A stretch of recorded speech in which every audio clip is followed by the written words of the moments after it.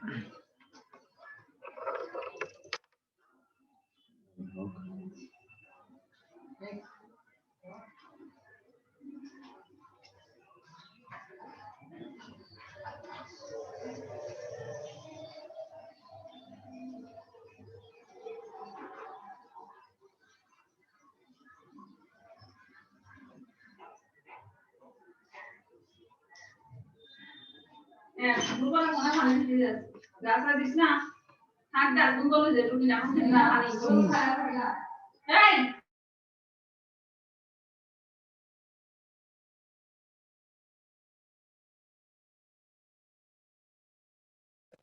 আসসালামু আলাইকুম। ওয়ালাইকুম আসসালাম, ভালো আছো? জি স্যার ভালো আছি, আপনি কেমন আছেন? আচ্ছা, তোমার বই আছে সামনে? বই আছে সামনে? Yes sir. বই থেকে দেখো RH ফ্যাক্টরটা বের করো। দেখো RH ফ্যাক্টর, দেখছো? RH ফ্যাক্টর লেখা আছে, একটা লেখা আছে RH ফ্যাক্টর।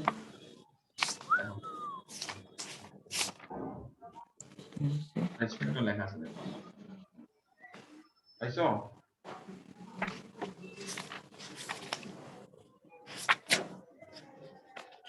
জি স্যার পাইছি।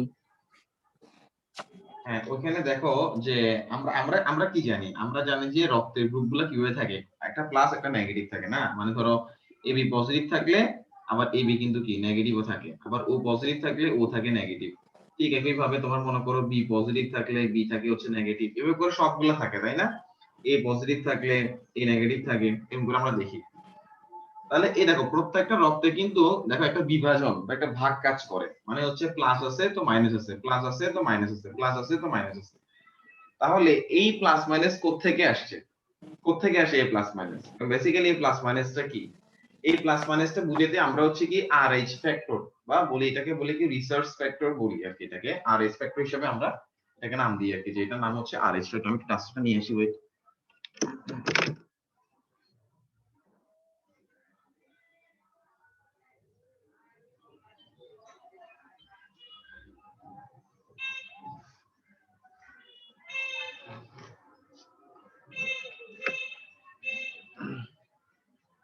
আমরা এটাকে হচ্ছে কি RH ফ্যাক্টর নামকরণ করি, তাই না? তাহলে হচ্ছে এই RH ফ্যাক্টরটা মূলত হচ্ছে কি জিনিস? এটা কথা আছে, সেটা হচ্ছে কি রিসার্চ বানর বলা হয়, যে কোন একটা বানর, যে বানরের একটা জাত হচ্ছে কি রিসার্চ বানর বলা হয়, ঠিক আছে? রিসার্চ বানর তুমি একটু পড়লে বুঝবা, এখানে লেখা আছে দেখবা রিসার্চ বানর। তো এই রিসার্চ বানরটা কি? এই রিসার্চ বানরের বডিতে এক ধরনের হচ্ছে কি থাকে, একটা এন্টিজেন থাকে, ঠিক আছে? গতকাল কিন্তু বুঝেছিলাম যে এন্টিজেনটা কি, রক্তের নিরাপত্তা ব্যবস্থাকে বেসিক্যালি কি এন্টিজেন বলা হয়। সে হচ্ছে কি মানে নিরাপত্তা ব্যবস্থা প্রদান করে আর কি রক্তকে, তাহলে ওই ব্যবস্থাটাকে বলা হচ্ছে বেসিক্যালি হচ্ছে এন্টিজেন। তাহলে এখন ওই রিসার্চ বানরের বডিতে এক ধরনের কি থাকে, এন্টিজেন থাকে, ঠিক আছে কিনা? তো ওই এন্টিজেনটা কিছু কিছু মানুষের বডিতেও পাওয়া যায়, ঠিক আছে? কিছু কিছু মানুষের বডিতেও পাওয়া যায়। তো যে সকল মানুষের বডিতে ওই ধরনের এন্টিজেন থাকে তাদেরকে বলা হয় হচ্ছে RH প্লাস, আর যে সকল মানুষের বডিতে এন্টিজেন থাকে না তাদেরকে বলা হয় হচ্ছে RH মাইনাস। তো যার ভিত্তিতে কোন কোন মানুষের রক্তে, যাদের রক্তে হচ্ছে কি এন্টিজেন থাকে, তাদেরটা ধরো ওই রক্তের গ্রুপটা হচ্ছে B, তাহলে তার রক্তের ইয়ে হবে, বিভাজনটা হবে কি B পজিটিভ। আর ধরো আমার রক্তের গ্রুপ হচ্ছে ধরো B, তো আমার রক্তে হচ্ছে কি নাই, রিসার্চ ওই ফ্যাক্টরটা নাই, ঠিক আছে? মানে ওই এন্টিজেনটা নাই, তাহলে আমার রক্তটা হবে কি B মাইনাস বা B নেগেটিভ হবে, বুঝছো? তাহলে মূলত প্লাস মাইনাস বলতে ওই রিসার্চ ফ্যাক্টরটাকে বোঝানো হয়।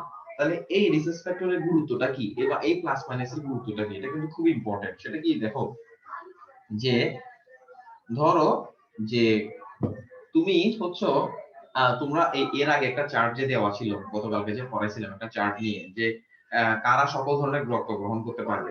দেখো যে ওইখানে AB পজিটিভ ছিল, যে হচ্ছে কি সব পজিটিভ নেগেটিভ গ্রহণ করতে পারে। তারপর হচ্ছে মনে করো সকল পজিটিভই হচ্ছে কি নেগেটিভ রক্ত গ্রহণ করতে পারে, কিন্তু সকল নেগেটিভ রক্ত শুধুমাত্র নেগেটিভ রক্ত গ্রহণ করতে পারবে, কিন্তু কখনো কোনো পজিটিভ রক্ত গ্রহণ করতে পারবে না। মনে করো B নেগেটিভ, তাহলে B নেগেটিভ নেগেটিভ রক্ত গ্রহণ করতে পারবে, হ্যাঁ, কখনো পজিটিভ রক্ত গ্রহণ করতে পারবে না। কিন্তু B পজিটিভ, সে পজিটিভ নেগেটিভ দুইটাই কিন্তু কি করতে পারবে, গ্রহণ করতে পারবে, মানে হচ্ছে ধরো বি নেগেটিভটা বি পজিটিভ গ্রহণ করতে পারবে না, কিন্তু বি পজিটিভটা চাইলে কিন্তু কি বি নেগেটিভও গ্রহণ করতে পারবে, আবার চাইলে বি পজিটিভও গ্রহণ করতে পারবে, ঠিক এরকম, ঠিক আছে।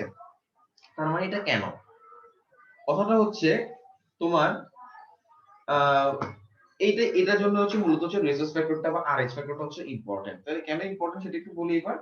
সেটা হচ্ছে এখন তুমি বুঝে গেছো যে নেগেটিভ গুলা নেগেটিভ গ্রহণ করতে পারবে, নেগেটিভ গুলা কিন্তু পজিটিভ গ্রহণ করতে পারবে না।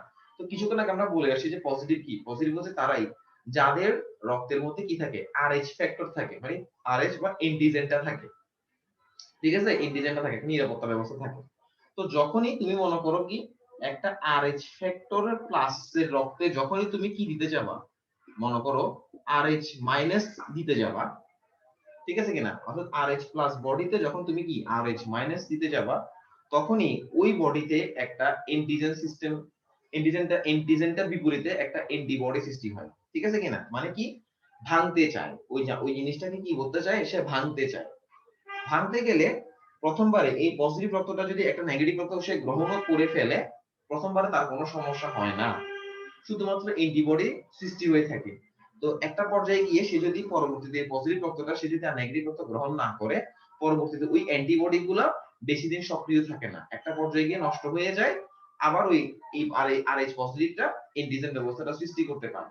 কিন্তু প্রথমবার রক্ত নেওয়ার পর মনে করো আরএইচ পজিটিভটা আরএইচ নেগেটিভ নিছে, নেওয়ার পরে ঠিক আছে তার মধ্যে একটা অ্যান্টিবডি সৃষ্টি হয়েছে, তার বডিতে এই বডিতে একটা অ্যান্টিবডি সৃষ্টি হয়েছে, পরবর্তীতে যদি আবার সে কি ওই সেম রক্তটাই নেয়, কি নেগেটিভ রক্তটা যদি আবার সে নেয়, তাহলে আস্তে আস্তে বা ধীরে ধীরে সে তার সম্পূর্ণ এন্টিজেন সিস্টেমটাকে হারিয়ে ফেলে, এবং একটা পর্যায়ে গিয়ে বিশাল বড় পরিমাণের অ্যান্টিবডি সৃষ্টি হয়, যে অ্যান্টিবডিটা ওইটার রক্তে কি করে রক্ত জমাট বাঁধাই দেয়, অর্থাৎ রক্তের মধ্যে মানে রক্তটাকে আর ফ্লো হতে দেয় না, রক্তটা জমাট বাঁধিয়ে দেয়। আর রক্ত যদি জমাট বাঁধাই দেয় তাহলে যে কোনো মতে যে কোনো ধরনের সমস্যা ঘটতে পারে, ঠিক আছে, ওই মানুষটার বডিতে। তো যার কারণে খেয়াল করে দেখবা যে যারা সচেতন নাগরিক আর কি, তারা বিয়ে করার ক্ষেত্রে সবসময় এই আরএইচ ফ্যাক্টরটা দেখে বিয়ে করে।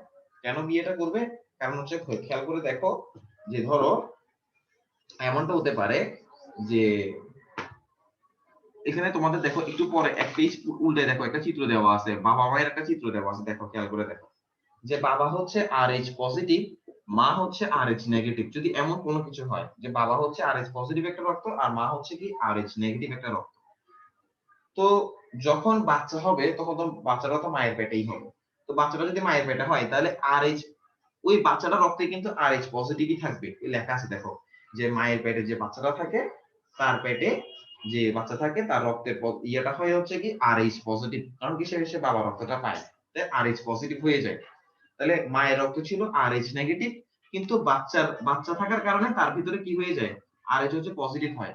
তাহলে এই পজিটিভটা কাকে বাধা দিতে চাইবে, নেগেটিভটাকে বাধা দিতে চাইবে। তার কারণে মায়ের বডিতে কিছু অ্যান্টিবডি সৃষ্টি হয়ে যায়, ঠিক আছে কিনা, মায়ের বডিতে কিছু অ্যান্টিবডি সৃষ্টি হয়ে যায়। তো প্রথম বাচ্চা খুব ইজিলি জন্মগ্রহণ করতে পারে, সামান্য পরিমাণে অ্যান্টিবডি সৃষ্টি হলে কোনো সমস্যা নাই, হ্যাঁ, সে তো আর নিচ্ছে না। কিন্তু সেকেন্ড টাইম যদি একই ভাবে যদি সে যদি আবার বাচ্চাটা গ্রহণ করে, তখন তো আবার কি হচ্ছে আরএইচ পজিটিভ আবার নিচ্ছে সে। তো এর আগে কিছু পরিমাণ অ্যান্টিবডি ছিল যেগুলো নষ্ট হয়নি, কারণ নষ্ট হওয়ার এখনো সময়টা হয়ে আসেনি। তো সে কি করছে আবার বাচ্চা নেওয়ার কারণে কি হয়ে গেছে যে তার ভিতরে আরো অ্যান্টিবডি সিস্টেমটা বেড়ে গেছে, বেড়ে যাওয়ার কারণে এই আরএইচ পজিটিভ যে বাচ্চাটা থাকে যার ভিতরে আরএইচ পজিটিভ থাকে, আশেপাশে অনেকগুলো অ্যান্টিবডি থাকার কারণে বাচ্চাকে কি করতে দেয় না, রক্ত ফ্লো হতে দেয় না, হ্যাঁ, বাচ্চার মধ্যে রক্ত জমাট বাঁধাই দেয়, বাচ্চার মধ্যে রক্ত জমাট বাঁধা দেওয়ার কারণে কি হয়ে যায় বাচ্চাটা মারা যায়, হ্যাঁ, পেটে থাকা অবস্থায় কিন্তু কি বাচ্চাটা মারা যায়, অথবা গর্ভপাত হওয়ার সময় বাচ্চাটা কি হয়ে যায় মারা যায়।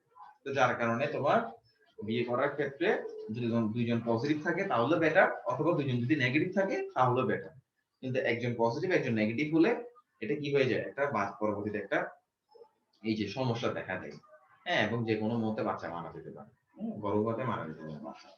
যার কারণে আরএইচ ফ্যাক্টরটা খুব ইম্পর্টেন্ট, ঠিক আছে, মানুষের লাইফ এই জিনিসটা মাথায় রাখতে। এই আরএইচ ফ্যাক্টরের পড়াটা পড়বা ভালো করে, একবার নিজেরা মানে একবার বুঝে বুঝে পড়লে পড়াটা মাথায় চলে আসবে, হ্যাঁ, এটা কোনো আহামরি কোনো কঠিন পড়া না। আরএইচ ফ্যাক্টরের পড়াটা পড়বা কেন পজিটিভ নেগেটিভ হওয়া ইম্পর্টেন্ট, ঠিক আছে। তারপর চলে আসা হচ্ছে রক্তের, পরে দেখো রক্তের শ্রেণী বিভাগের গুরুত্ব। একটু পড়ো দেখে সাথে রক্তের শ্রেণী বিভাগের গুরুত্ব কি কি লেখা আছে।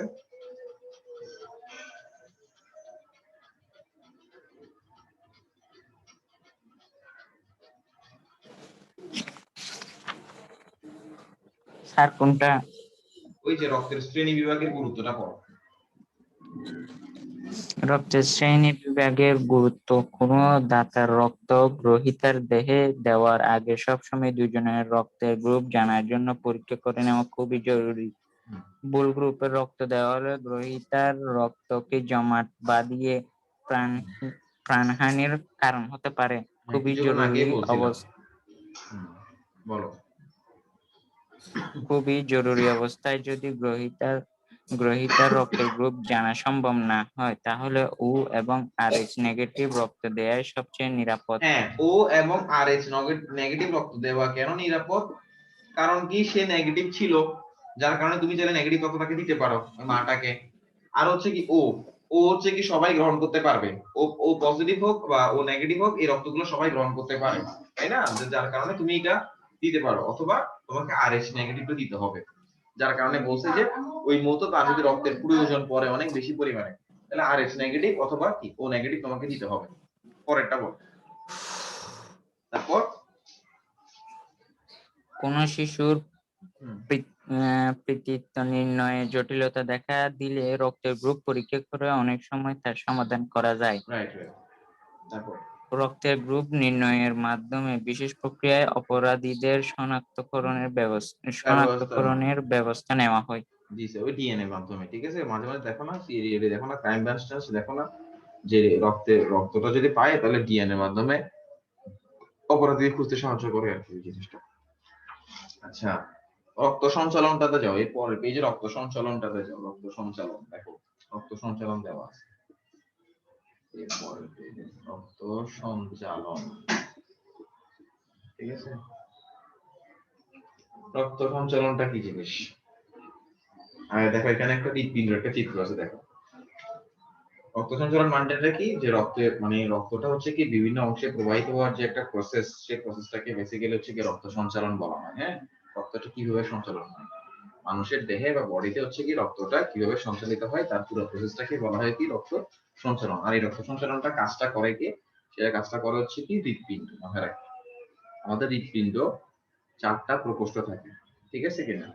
এখানে দেখো উপরে দুইটা হলুদ কালার, হৃৎপিণ্ডের মধ্যে দুইটা হলুদ কালার দেওয়া আছে।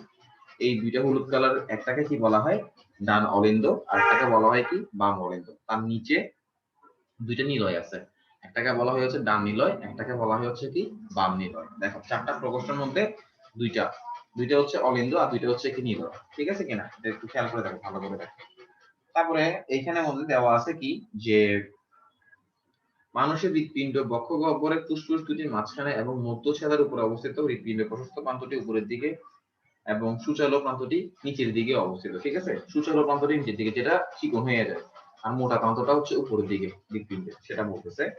তারপরে বললো কি যে আমাদের যে হৃৎপিণ্ডটা সেটা দ্বিস্তরী, মানে দুইটা স্তর থাকে, এবং ওই যে দুইটা স্তর হচ্ছে কি পেরিকার্ডিয়াম পর্দা দ্বারা বেষ্টিত থাকে। যে একটা পর্দা দ্বারা এটা আবদ্ধ থাকে, সেই পর্দাটার নাম হচ্ছে পেরিকার্ডিয়াম বলা আছে। তো এখানে বলছে যে এই পেরিকার্ডিয়ামের মধ্যে কি থাকে, একটা পেরিকার্ডিয়াল ফ্লুইড থাকে। ফ্লুইড, ঠিক আছে? ফ্লুইড মানে হচ্ছে কি এক ধরনের তরল জাতীয় পদার্থ আর কি, ফ্লুইড। তো পেরিকার্ডিয়াল ফ্লুইড থেকে যেটি কি হৃৎপিণ্ডকে সংকোচনে সাহায্য করে। সংকোচন মানে কি আমাদের হৃৎপিণ্ডটা সংকোচন করতে পারে, প্রসারণ করতে পারে, ঠিক আছে? সংকোচন প্রসারণের মাধ্যমে সে রক্তটাকে কি করে দেয়, চারদিকে ছড়াই দেয়। এখানে একটা চাপের একটা ফ্যাক্টর কাজ করে। যখন সে রক্তগুলাকে সংকোচন করে, একদম চাপ করে দেয়, এরপর যখন ছেড়ে দেয় তখন সেটা প্রসারণের মাধ্যমে রক্তটা চারদিকে কি করে, ছড়িয়ে পড়ে। আর চারদিকে রক্তটা ছড়িয়ে পড়ার কারণে বডির প্রত্যেকটা অংশে রক্তটা কি হয়ে যায়, প্রবাহিত হয়ে যায়। হ্যাঁ, এটাকে একটু প্রেসার বলা হয়, বলবো সামনে কিছুক্ষণ আগ পরে আসবে। ডায়াস্টোলিক প্রেসার বলা হয় একটাকে, একটাকে বলে সিস্টোলিক প্রেসার বলা হয়। সংকোচনকে বলা হয় হচ্ছে কি সিস্টোলিক প্রেসার, আর প্রসারণকে বলা হয় হচ্ছে কি ডায়াস্টোলিক প্রেসার। লেখা আছে এখানে, পড়লে বুঝবা। তা এখানে বলছে কি যে তারপরে দেখো যে এখানে লিখা আছে যে উপরের প্রকোষ্ঠ দুটিকে যথাক্রমে ডান ও বাম অলিন্দ বলে। যে আমি দেখলাম যে উপরে দুইটা কালার দেওয়া আছে, দেখো যে উপরে দুইটা প্রকোষ্ঠ থাকে, একটা দুইটা হলুদ কালার, একটা ডান অলিন্দ একটা বাম অলিন্দ। আর নিচেরটাকে কি বলা হয়, এটাকে ডান নিলয় বলা হয়, এটাকে বাম নিলয় বলা হয়।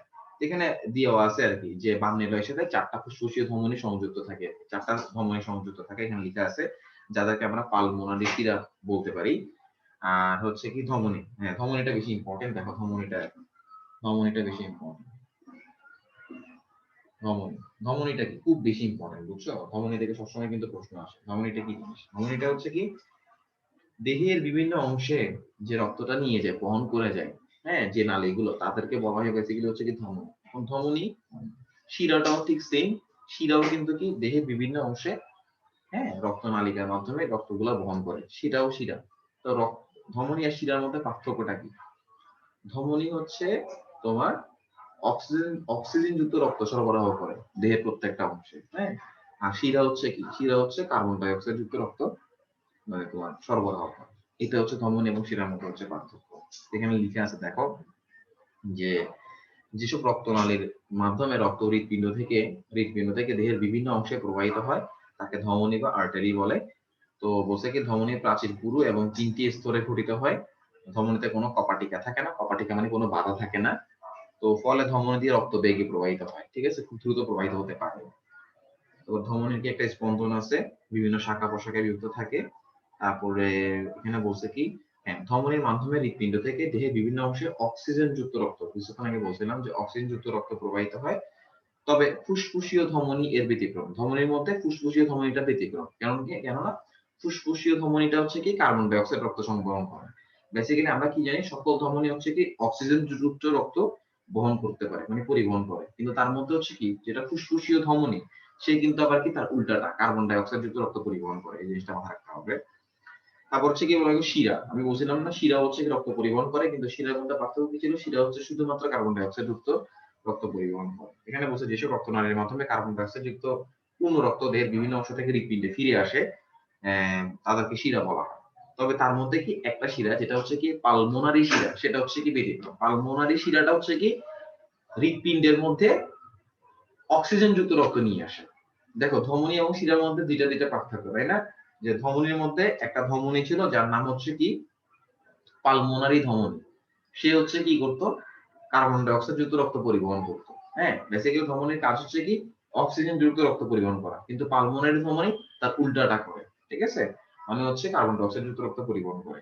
আর শিরার কাজ কি? শিরার কাজ হচ্ছে কার্বন ডাই অক্সাইড যুক্ত রক্ত পরিবহন করা। কিন্তু পালমোনারি শিরা কি করে? সে হচ্ছে কি কার্বন ডাই অক্সাইড যুক্ত রক্ত, অক্সিজেন যুক্ত রক্ত হৃৎপিণ্ডে নিয়ে আসে। হ্যাঁ, এটা হচ্ছে ব্যতিক্রম ছিল।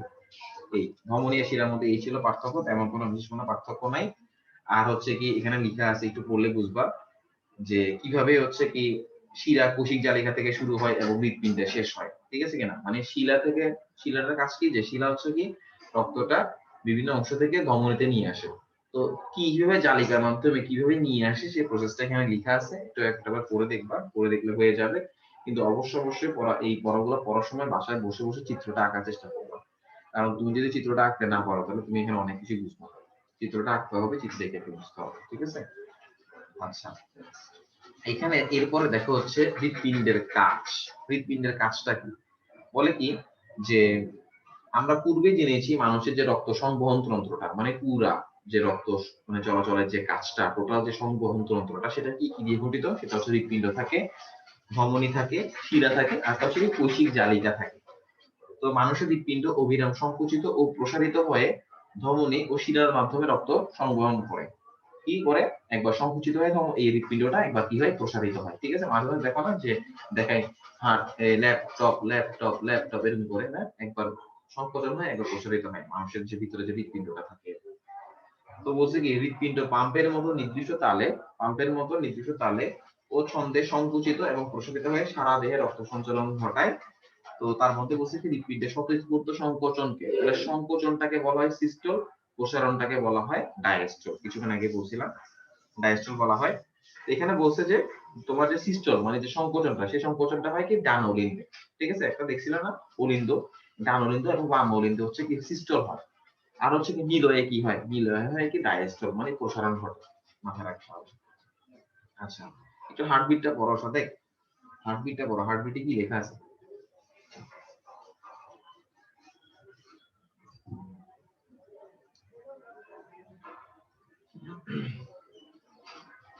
হ্যালো,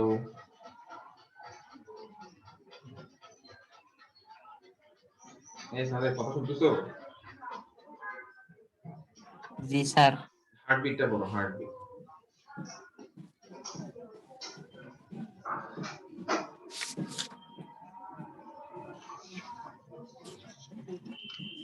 হৃৎপিণ্ড একটি স্বয়ংক্রিয় পাম্পের মতো দেহের ভিতরে সারাক্ষণ ছন্দের তালে স্পন্দিত হয়।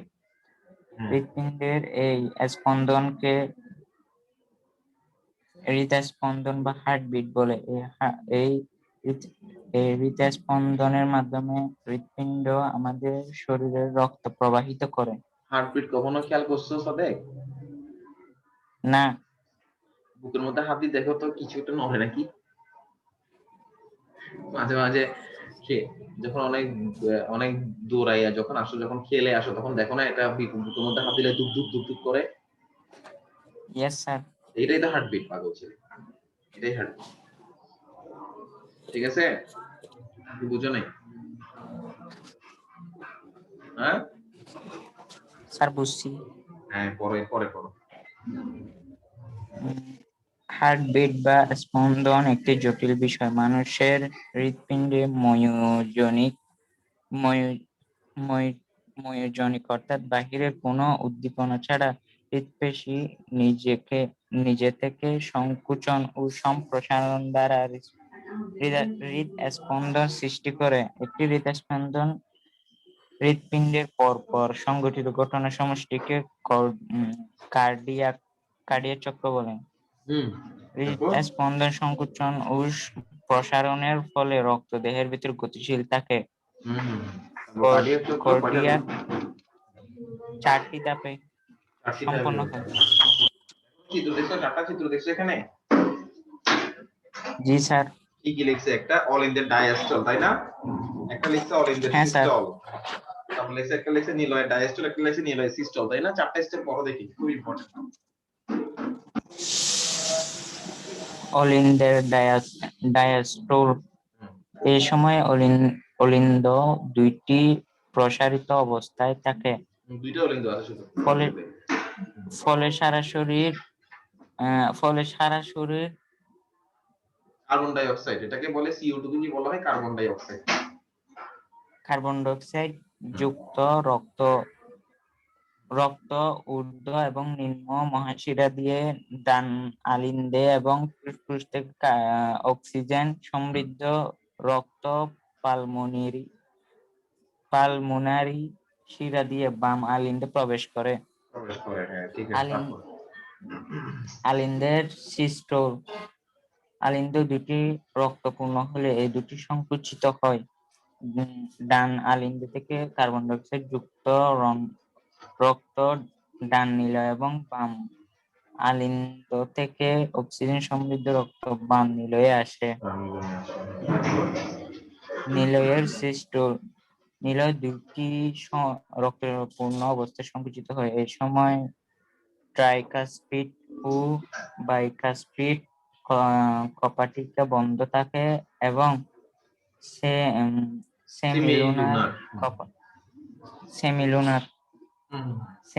সেমিলুনার কপাটিকা খোলা থাকে। নিলয়ের সিস্টোলের সময় কপাটিকা গুলো বন্ধের সময় স্পন্দনের যে প্রথম শব্দ সৃষ্টি হয়ে থাকে লাভ বলে। এ সময় বাম নিলয় থেকে বিশুদ্ধ রক্ত, অক্সিজেনযুক্ত রক্ত মহাধমনী এবং ডান নিলয় থেকে কার্বন ডাই অক্সাইড যুক্ত রক্ত ফুসফুসীয় ধমনীতে প্রবেশ করে। মহাধমনী থেকে রক্ত বিভিন্ন ধমনী এবং শাখা দিয়ে দেহস্থ বিভিন্ন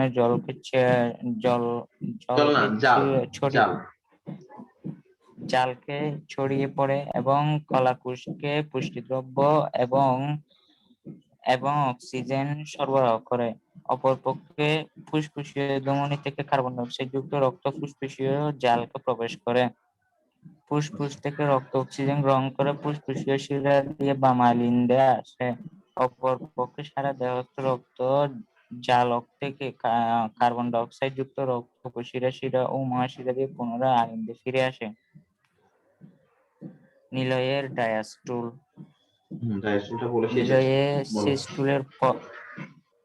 নিলয়ের সিস্টুলের পরই নিলয়ের ডায়াস্টোল শুরু হয়। এই সময় আবার অলিন্দ থেকে রক্ত এসে স্বাভাবিক প্রক্রিয়া নিলয় পূর্ণ হতে থাকে। এই সময় এখানকার সেমিলুনার বাল্ব বন্ধের সময় যে দ্বিতীয় শব্দ সৃষ্টি হয় তাকে ডাব বলে। সুতরাং হৃৎপিণ্ডের শব্দগুলো হলো নিলয়ের সিস্টুল, লাভ, নিলয়ের ডায়াস্টুল ডাব। ডাব, লাভ ডাব, লাভ এই ডাব। তারপর একটি সিস্টুল ও একটি ডায়াস্টুলের সমন্বয়ে একটি হৃদস্পন্দন সম্পন্ন হয় এবং এর সময় লাগে 0.8 সেকেন্ড। হুম হুম একজন সুস্থ মানুষের হৃদস্পন্দন প্রতি মিনিটে 60 থেকে 100 বার হয়।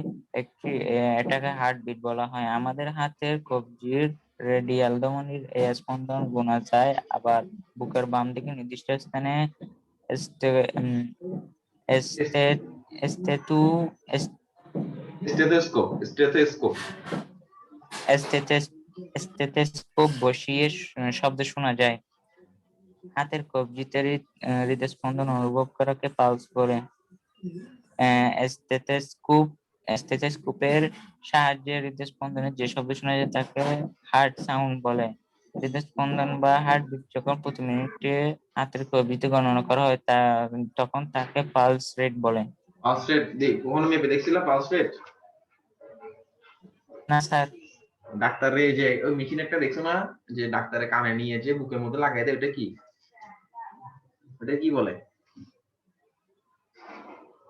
প্রেসার মাপে। ওটাতে প্রেসার মাপে। ওটাকে বলা স্টেথোস্কোপ। এই কিছুক্ষণ আগে যে পড়ছো সেটা আর কি, ওটাকে বলা হয় হচ্ছে স্টেথোস্কোপ, ঠিক আছে? হুম। Yes sir. ওটাকে দিয়ে কি মাপে? ওটা দিয়ে কি মাপে? হার্টবিট মাপে। কি মাপে? হার্টবিট। হার্টবিট মাপে। আচ্ছা, ঠিক আছে তাহলে স্যার, আজকে আল্লাহ হাফেজ। হ্যাঁ, এই সাদেক, ওকে স্যার। এই শুনো শুনো সাদেক, কথা শোনো। জি স্যার। এটা কি তোমার ভিডিওটা অন করো, তোমাকে একটু দেখে যাই, তোমাকে তো কখনো দেখা হয়নি। স্যার না আসি। আরে দেখি, তুমি তো ছেলে, তুমি কি আর মেয়ে নাকি? না স্যার। তাইলে তো দেখি, ভিডিওটা অন করো। না স্যার, না স্যার। কেন, কিসে, কি কোনো সমস্যা? Yes sir. কি সমস্যা বলো, তাহলে সমস্যা বলে যায়। আচ্ছা স্যার, আপনার আইডিতে ছবি পাঠাবো, কিন্তু স্যার এখন নয়। এখানে স্যার আচ্ছা সবাই দেখে থাকেন। আচ্ছা আচ্ছা, ঠিক আছে, ঠিক আছে। আল্লাহ হাফেজ। হ্যাঁ, স্যার আসসালামু আলাইকুম। ওয়ালাইকুম আসসালাম।